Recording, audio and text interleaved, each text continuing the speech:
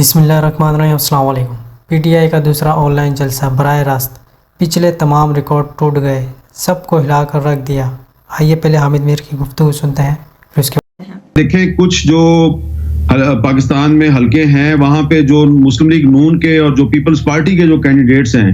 اور آئی پی پی کے کینڈیڈیٹس ہیں, ان سے لوگ یہ توقع کرتے ہیں کہ جی ہمیں آپ نے اپنی حکومت کے دور میں کیا دیا, اور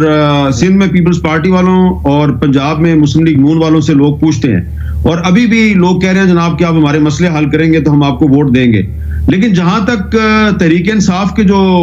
امیدوار ہیں ان کو ایسی کوئی صورتحال کا سامنا نہیں ہے. میں نے 3-4 لوگوں سے پوچھا ہے کہ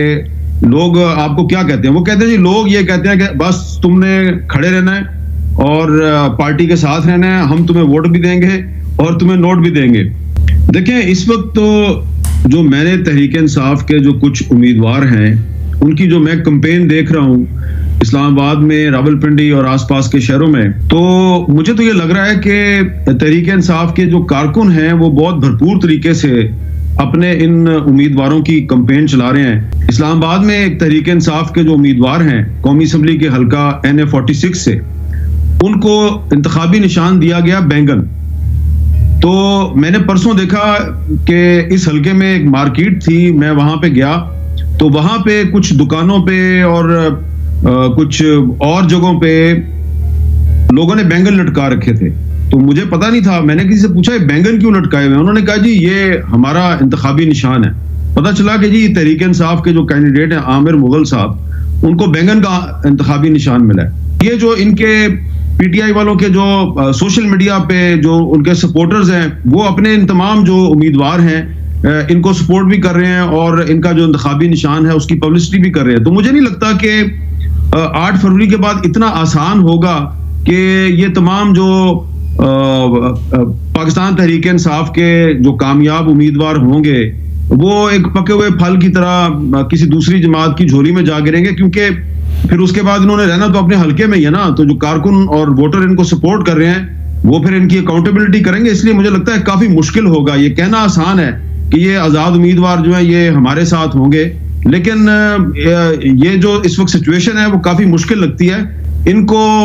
وفاداری تبدیل کرنے کے لیے ان کو اٹھانا پڑے گا, ان پہ مقدمات قائم کرنے پڑیں گے, پھینٹی لگانی پڑے گی. ہو سکتا ہے اس کے بعد پھر کوئی اپنی وفاداری تبدیل کر دے.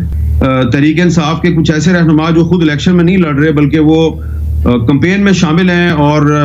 کچھ وکلا کے ذریعے عمران خان صاحب کے ساتھ رابطے میں ہیں, وہ انہوں نے بتایا ہے کہ ہم اپنے کچھ امیدواروں سے یہ تحریری طور پہ تو نہیں لے رہے, لیکن ان سے ہم نے زبانی کلامی یہ بات کہہ دی ہے کہ دیکھیں ہم آپ کی کھل کے سپورٹ کر رہے ہیں اور بہت مشکل ہے آپ لوگوں کو سپورٹ کرنا, لیکن اس کے باوجود یہ یاد رکھیے کہ اگر آپ نے اپنی وفاداری تبدیل کی پھر آپ کے حلقے میں جو ہے نا وہ ورکرز آپ کا احتساب کریں گے. لیکن اب میں نے آپ کو بہت سے نام بتائے ہیں, دیکھ لیں آپ, یہ ان کے ساتھ جو ہونا تھا کافی کچھ ہو چکا ہے تحریک انصاف والوں کے ساتھ. اب دیکھیں نا یہ چیف جسٹس قاضی فائز عیسیٰ صاحب بھی تو دیکھ رہے ہیں نا یہ سب کچھ. وہ کہتے ہیں جی کہ میں نے ٹیکنیکل گراؤنڈز پہ بڑا اچھا فیصلہ کیا ہے. تو اب ان کو یہ بھی دیکھنا چاہیے کہ اگر ان کے فیصلے کی وجہ سے تحریک انصاف جو ہے وہ بلے کے نشان سے محروم ہو گئی ہے, اور اب تحریک انصاف کے جو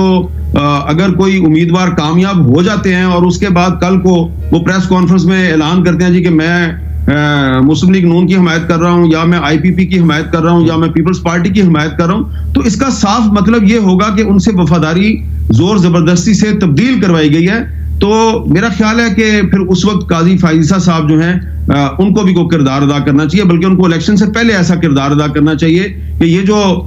کم از کم تحریک انصاف کے جو امیدوار مختلف نشانوں پہ الیکشن لڑ رہے ہیں اگر یہ جیت جاتے ہیں تو جیتنے کے بعد ان سے زبردستی وفاداری تبدیل نہ کروائی جائے, کیونکہ کل کو یہی کہا جائے گا جی ٹیکنیکل گراؤنڈز پہ اگر انہوں نے وفاداری تبدیل کی ہے تو یہ آئین اور قانون کی خلاف ورزی نہیں ہے. بہت سے جو